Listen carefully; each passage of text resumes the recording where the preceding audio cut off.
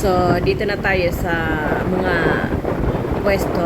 Sa mga, kung nakikita nyo itong mga, ano yan, mga motor na yan, may mga taong nakatapay dyan na may mga camera sila.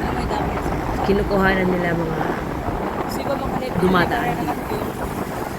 So, kung gusto nyo magpakuha, kung gusto nyo maano yung sarili nyo sa, bigla na lang kayong sisikat, bigla nyo na lang makikita sarili nyo sa iba't ibang klase, alam nyo na, apps, punta lang kayo dito. Pero, isa lang sabi ko, huwag kayong wag natin tularan yung ibang motorista na gusto lang magpasikat, gusto magpakuha ng pictures na pabalik-balik sila hanggat mag-disgrasya, di ba? Siguro, pwede naman siguro dito, pwede naman siguro mag-request sa kanila na, sir, pakitik naman, isang ikot lang. Ganun. Pero, yung tipong pabalik-balik ka hanggat madisgrasya ka. Kasi may nakikita akong ganun nakapalo kasi ako sa kanila. So, pabalik-balik ba, hindi mo alam kung kasi sinasabi nila, pabalik-balik, gusto lang magpakuha. Yan yung tipong, pwede ka naman siguro magpakuha ng pictures, di ba? Magpakuha ng video sa kanila. Di ba? Gano'n, magre-request ka lang siguro. Kasi sa totoo lang, yan din ang plano namin next time na pagpunta namin dito sa Marilaki.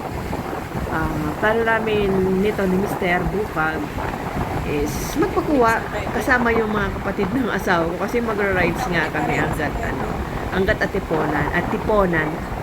Atiponan ba? Atimonan. Yun.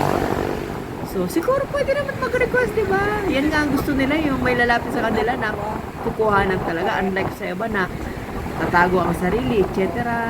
Ganong tipo. Huwag tayong yung tipong papasikat, pabalik-balik tayo sa isang lugar. Mapansin lang tayo. Kasi kapahamakan din naman mangyayari sa atin. Saka huwag tayo talagang papasikat. Yun talagang pinakaibig kong sarili. Magbiyahe lang tayo ng maayos. Yes, sabihin natin magaling tayo mag-drive. Pero paano yung mga nakakasalubong natin?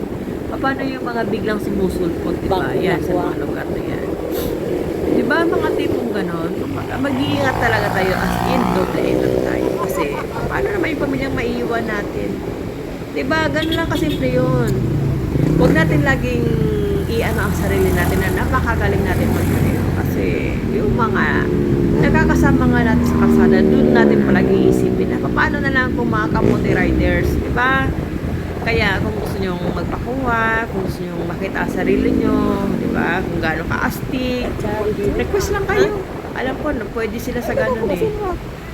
Huwag tayo yung pabalik-balik na sa atin. Kasi alam nila kung sino mabalik-balik. Nakukuha na nila kasi nakikita ko nga sa nila. Kapalo kasi ako. So nakikita ko na pabalik-balik hanggat madisgrasya mga disgrasya. Kaya ingatan pa rin natin sarili natin. Diba? So, siyempre kapag may problema tayo sa lugar na to, ang ganda sa lugar na to, hindi kayo magsisisi as in. Napakaganda, napaka-relaxing na lugar na to. Doble ingat na lang. God bless!